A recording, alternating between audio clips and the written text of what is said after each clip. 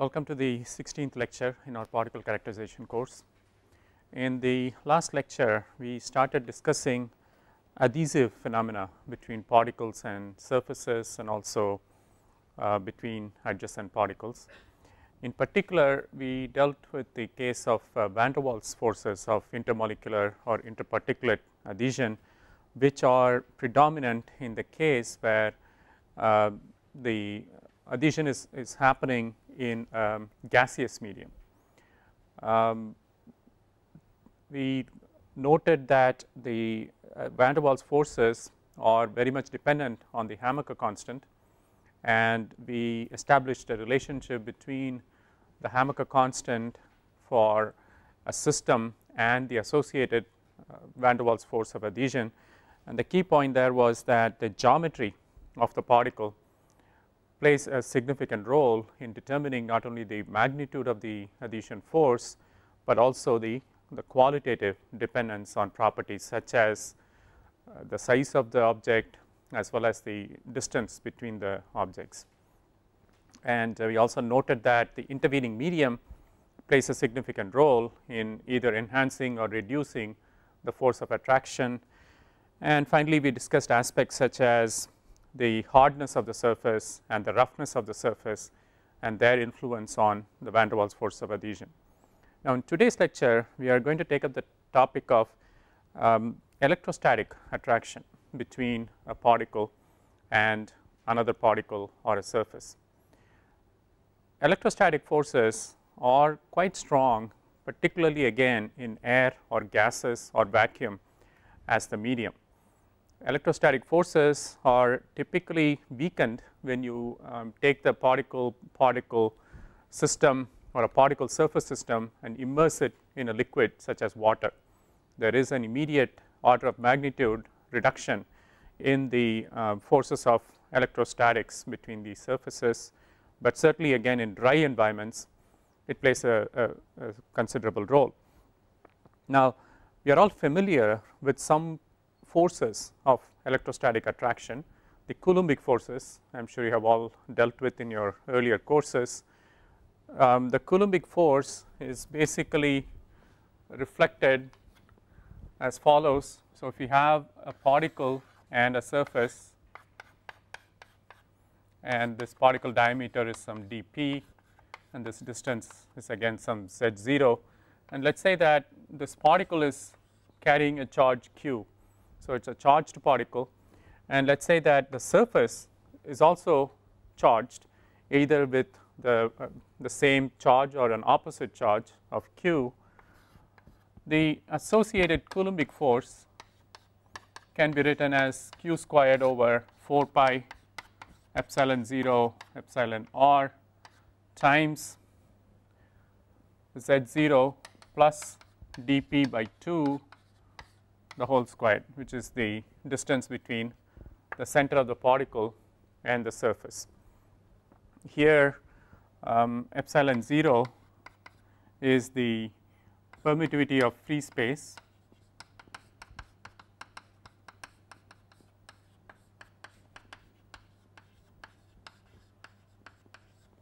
and epsilon r is the dielectric constant of the medium.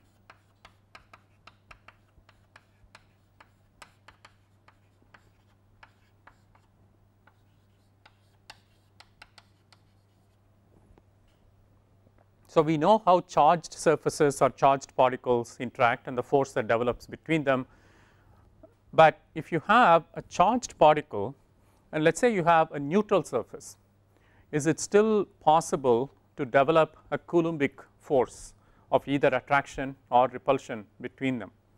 So, in that case you again have a particle of diameter dp, charge q, and you have a surface with a distance of separation of z0, but let us say that the only difference is the surface itself is neutral. It turns out that even in such a case a Coulombic force does develop between these surfaces. Essentially this particle is reflected as an image inside the surface at a distance that is also exactly equal to z0. So, like a a mirror or an image that it sets up. And so in this case the force associated with that is called the image force,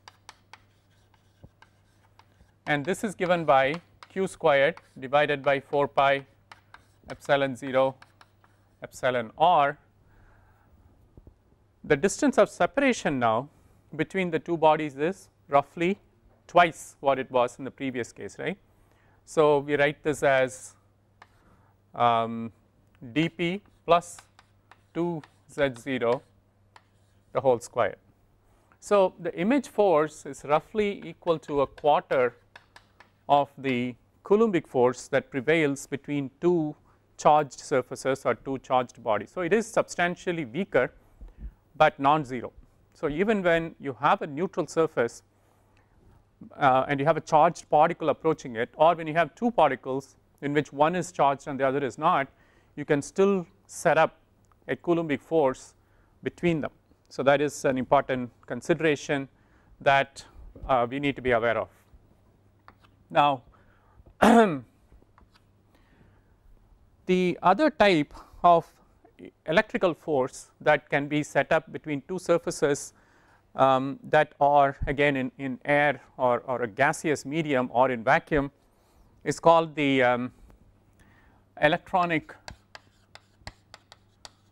double layer force.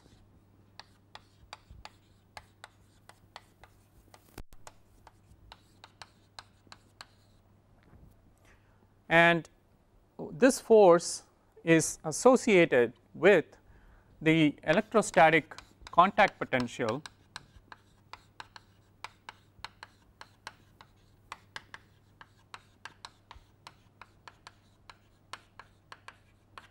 between the two solid objects. In fact, the force is also known as the contact potential force. Now how does the electrostatic contact potential happen? This potential is created because of differences in the energy states as well as essentially the electronic work functions of particles that are adjacent to each other. Now there is an immediate tendency then for the particles or the two objects to equilibrate. This equilibration proceeds until we reach what is known as a constant Fermi level. Electrons are transferred from one object to another till this constant Fermi level is reached across the pair of objects. Now as this process proceeds of exchange of electrons, you set up a potential between the two surfaces, and that is known as the contact potential. Now this electrostatic contact potential can be quite significant. So this potential VCP can be of the order of half a volt. So that is quite large. Particularly this force is especially important for finer particles. The force essentially increases somewhat linearly with respect to the inverse of the particle size. Although we will see that the potential itself is proportional to the particle size. However, as particles get larger, the tendency to equilibrate by exchanging electrons actually decreases. So the linear dependence on particle size of this potential is only applicable in finer size ranges, not in the larger size ranges. Now basically this potential sets up an electronic double layer between the two objects.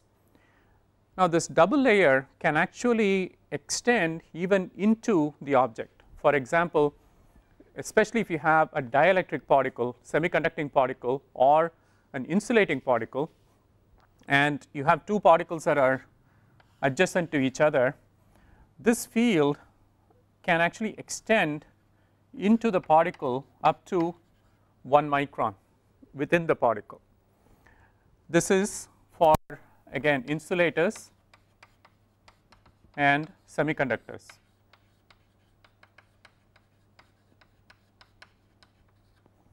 However, for a conductor like a metal, the force stays only on the surface.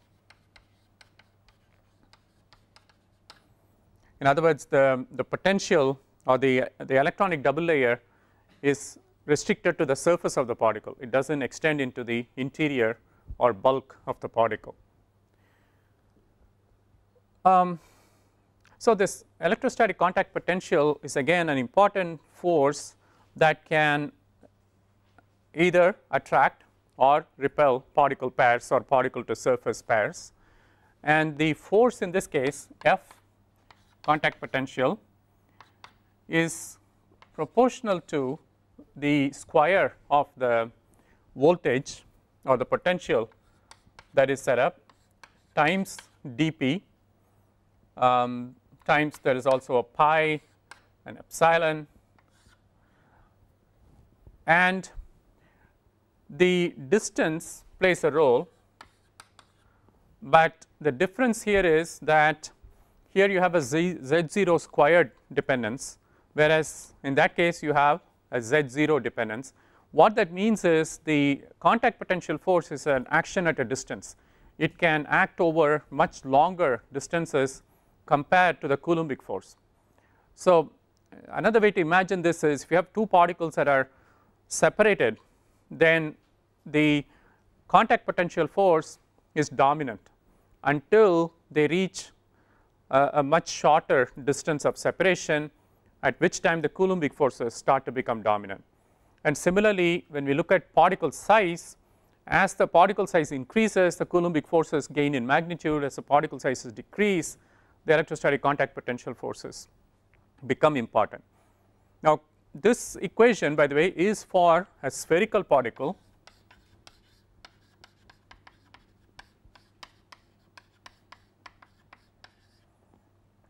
and a highly polished surface.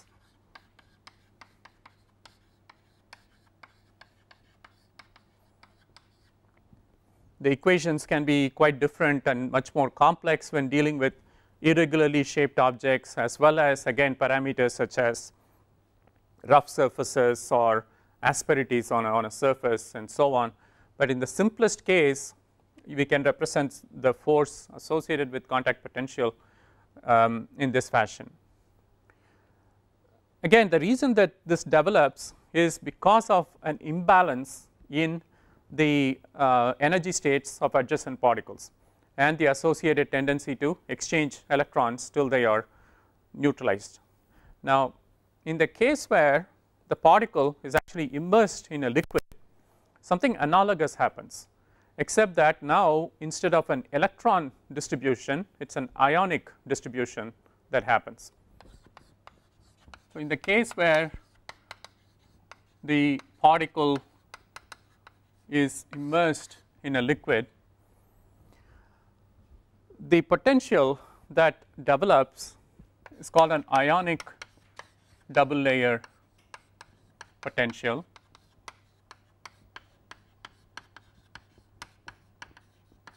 also known as zeta potential.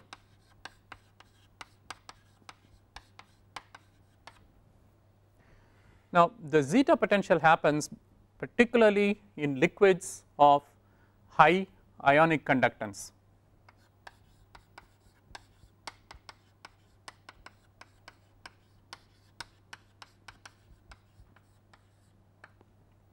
And that typically requires high concentration of electrolyte.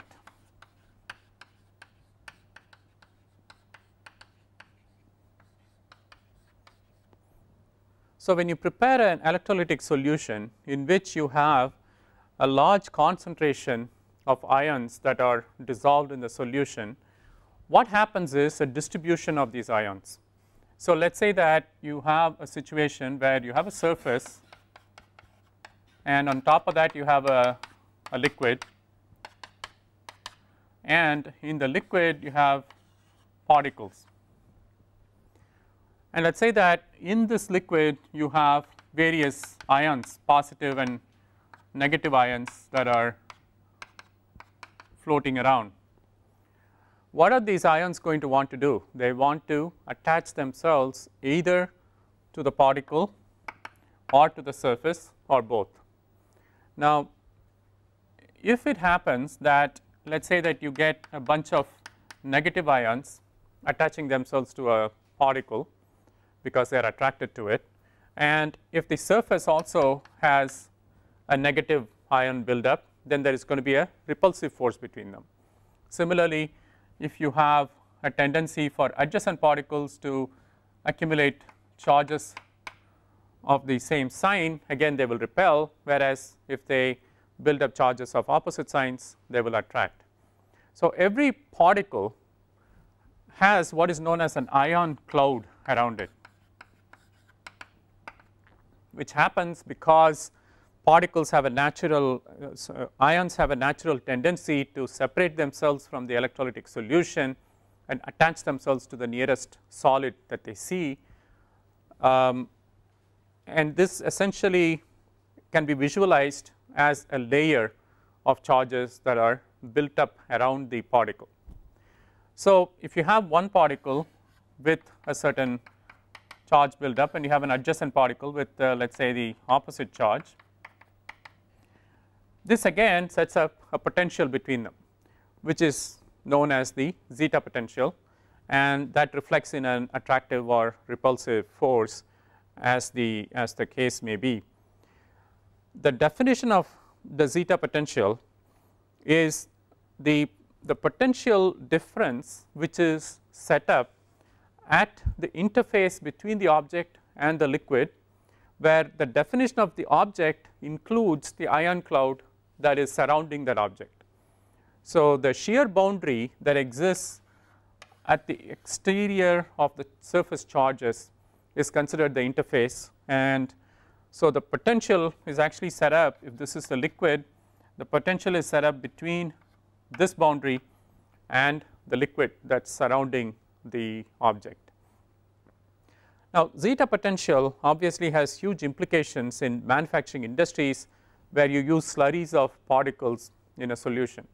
One of the examples is a polishing process that is used in semiconductor manufacturing called CMP, chemical mechanical planarization, which really makes use of abrasive particles that are in suspension to provide a high surface finish to wafer surfaces by the combined action of mechanical polishing as well as preferential chemical reactions with the material on the surface.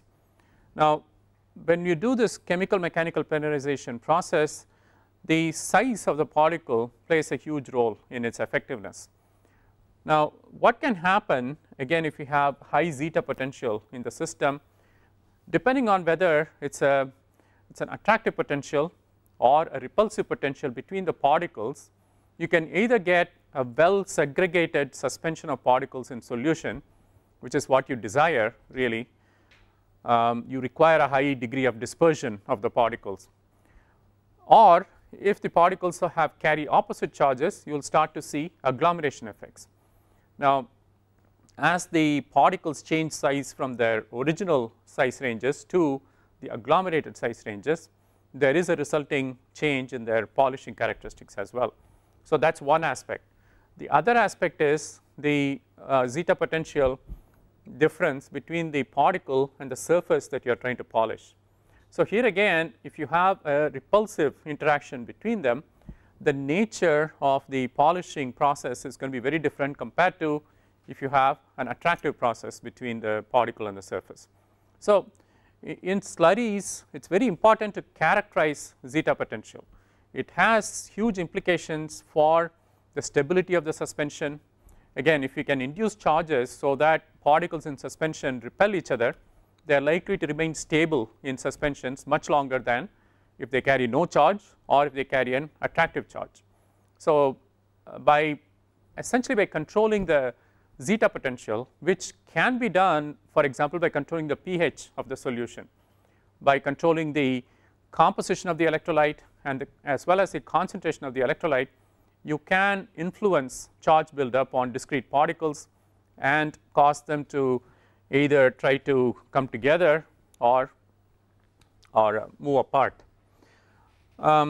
So many of the, for example, particle size analyzers that are used in manufacturing industries will also come with a zeta potential measuring device, because the simultaneous measurement of the size distribution and the zeta potential is important to characterize the long term stability of the suspension. So if you measure a certain size distribution of particles at time 0, but your zeta potential measurements say that there is a high attractive force between the particles, then you can expect that over time you will see significant clumping of the particles and a significant size change. Whereas if the zeta potential is 0 or repulsive in nature, you can rest assured that even with the passage of time, the particle size distribution is not going to change significantly, because there is no agglomeration going on. Okay, let us say that you have set up this ion cloud and you have now set up a zeta potential. Again, there is a force associated with it, and that is called the ionic double layer force. So the ionic double layer force is what prevails in a liquid, particularly in a liquid of high conductivity, and this force F IDL is given by 2 pi epsilon 0 epsilon r dp zeta potential of the particle, zeta potential of the surface, times a parameter kappa times exponential of minus kappa times z0 over 1 plus exponential of minus kappa times z0, where again epsilon 0 is the permittivity of free space, epsilon r is the dielectric constant of the liquid. The zeta values are the zeta potentials that develop over the particle and over the surface, or it could be two adjacent particles. Kappa is the inverse of the double layer thickness.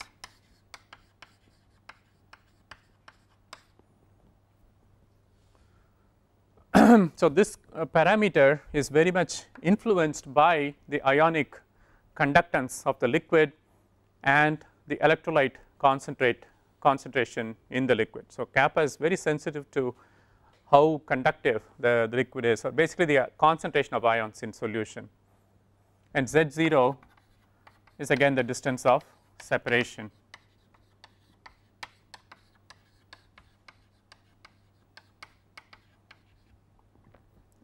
Between the two objects, whether it is a particle on a surface or two adjacent particles.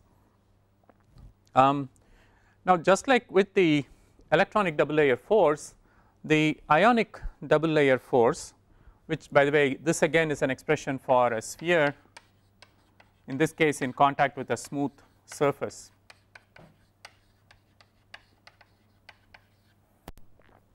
You can see that again there is a linear dependence of this force on particle size. In fact, if you review, most of the forces that we have talked about, adhesion forces, have a linear dependence on size, which is why if you recall the equation that I wrote down first, the empirical equation based on experimental measurements, there is a linear dependence of measured adhesion force on particle size. So in general it is true that most attractive forces or most adhesive forces tend to scale linearly with particle size. Larger the particle, the higher will be the force of adhesion. So this ionic double layer force can again be quite significant, particularly when significant amounts of zeta potential are built up in solution. However, even in cases where you essentially have a neutral solution, there are still two kinds of forces that are set up in liquids which have a huge bearing on particle to surface adhesion forces as well as particle to particle adhesion forces. So we will talk about those next. The first type of force is a surface tension force.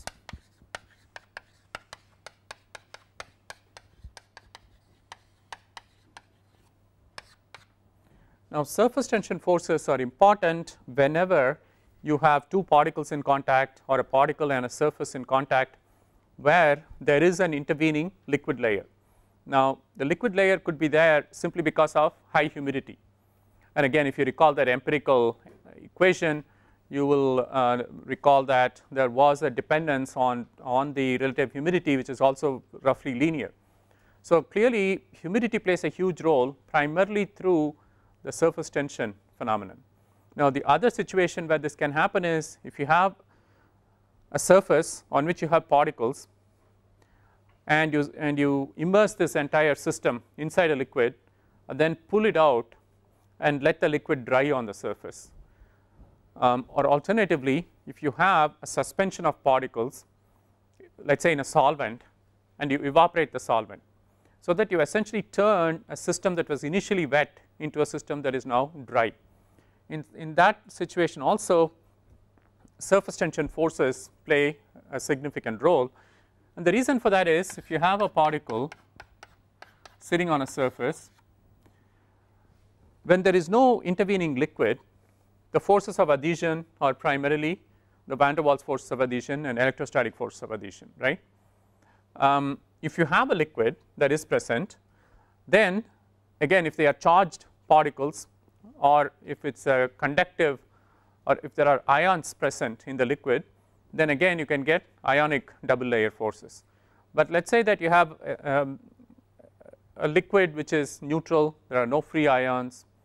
Let us take water and you have just wetted this surface with water. What is going to happen to it? Water will essentially wick between the particle and the surface and form a bridge. Now this process is known as capillary condensation.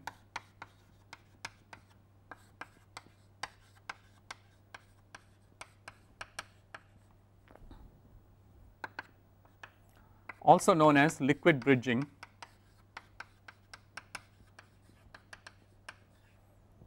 It simply reflects the fact that the liquid will try to get into the interface between the particle and the surface. It will try to wet the interface, and as it does, it will provide a surface tension force.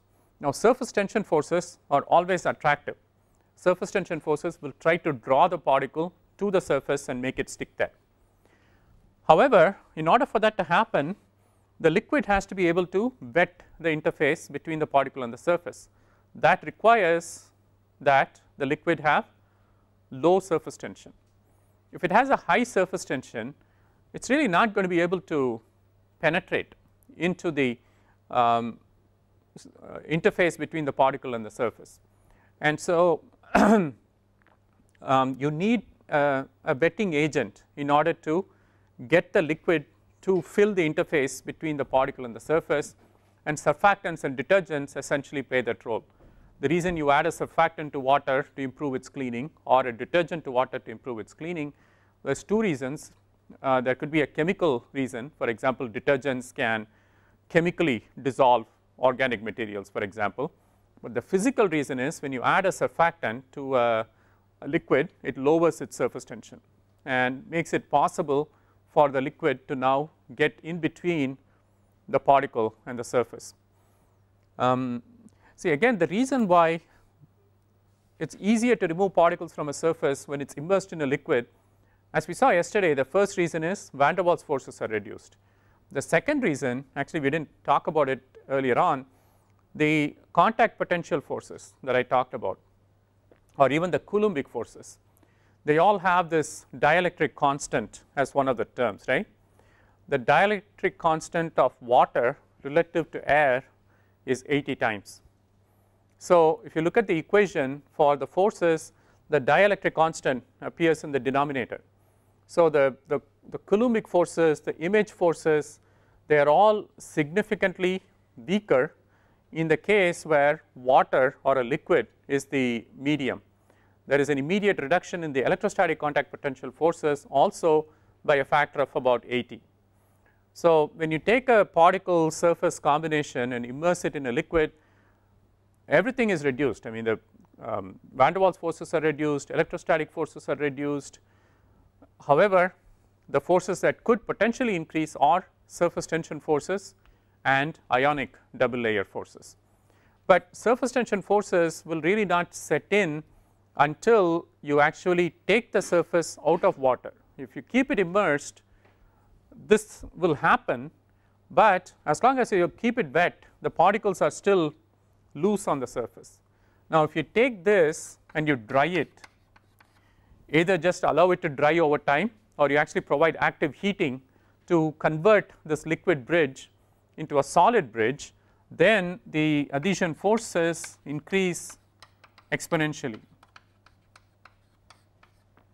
Again, from our everyday life, the example is if you take a plate which you haven't cleaned and you just let it sit and you try to clean it afterwards, it's going to be hard because adhesion forces develop over time. Now if you take that dirty plate and immerse it in water but don't complete the cleaning, take it out and again let it sit, actually it's going to be even more difficult because now the particles are going to be solidly bonded to the plate surface because of this solid bridging phenomenon. So the key point is that when whether you're washing dishes or whether you're washing semiconductor wafers, never let particles dry on the surface after they have been soaked in a liquid because of this phenomenon. Initially you will form a liquid bridge between the particle and the surface, and eventually it will turn into what's known as a solid bridge. A solid bridge actually acts like a physical entrapment. You have to physically break it off in order to get the particle released from the surface. So if you want to avoid particle adhesion to surfaces, it's very important to make sure that you never allow a particle to dry on a surface after it has been immersed in a liquid. Now the force of attraction, the surface tension force, is, I'm sure you are familiar with the equations, essentially 2 pi dp gamma, where dp is the particle diameter and gamma is the surface tension of the liquid.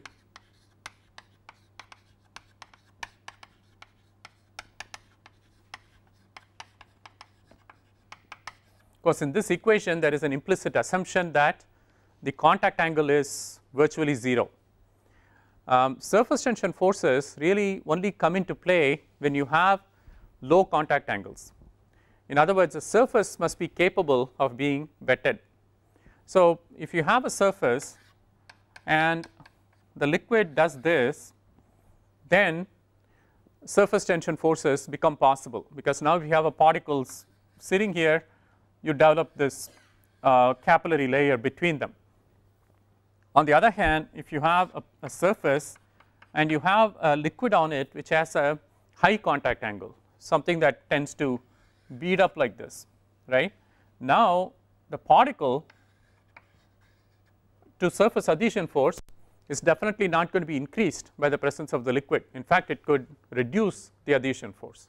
So it's a very important consideration that surface tension forces only come into play when the combination of the surface, the particle and the liquid is such that the liquid can wet the interface between the particle and the surface. So if you have, for example, a hydrophobic surface and you have water as the liquid, it's not going to do this, it's going to do this, and so surface tension forces are not going to come into play as something that increases adhesion forces. On the other hand, if you have a hydrophilic surface and water on top of the hydrophilic surface, it will spread nicely on the surface, and then as the particle approaches, the capillary condensation will happen and you will get bridging between the particle and the surface. So the general equation for the force of adhesion is cos of theta, where theta is the contact angle. So as the contact angle approaches 90 versus a low contact angle in this case, this will approach 0. So surface tension forces can play a huge role, but not always. You have to match the liquid to the particle and the surface. Now what role does surfactant play? The surfactant essentially will reduce gamma. If you plot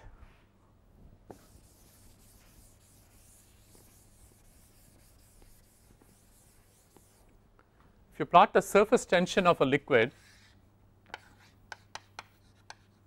against for example volume % of surfactant, what kind of behavior will you see? It will be a rapid drop, right. So as soon as it reaches the critical micelle concentration, you will see a steep drop in the surface tension. What is the practical implication of that? That means that actually this F value will decrease when you add a surfactant. It's kind of contrary to what I was saying earlier, right, that adding a surfactant helps to remove particles. But the reason is you are essentially trading off two things. If you don't lower the surface tension, then this will happen.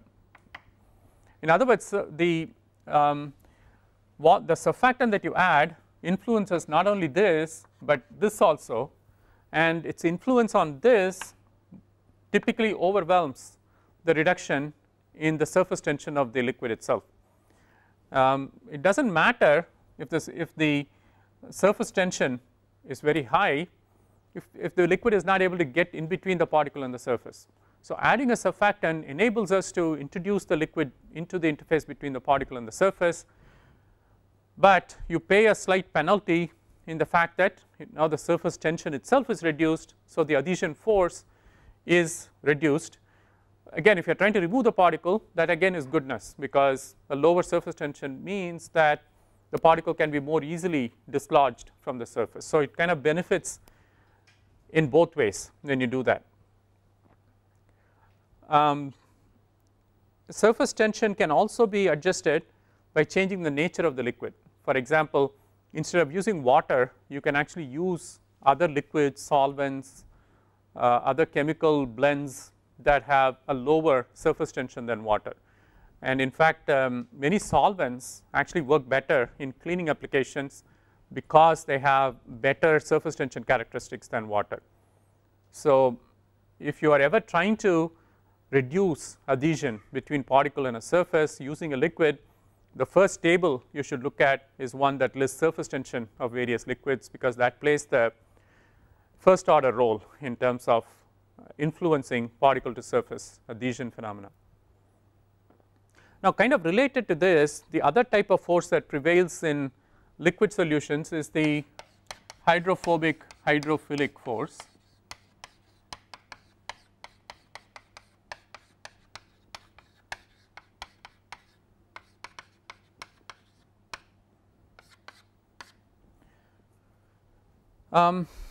What we mean here is that when you have a suspension and you have particles, let us say that the suspension is in water, which is of course highly hydrophilic. Hydrophilic basically means like water. So water is the most hydrophilic substance that is known to mankind. And let us say that you have two particles which are both hydrophobic.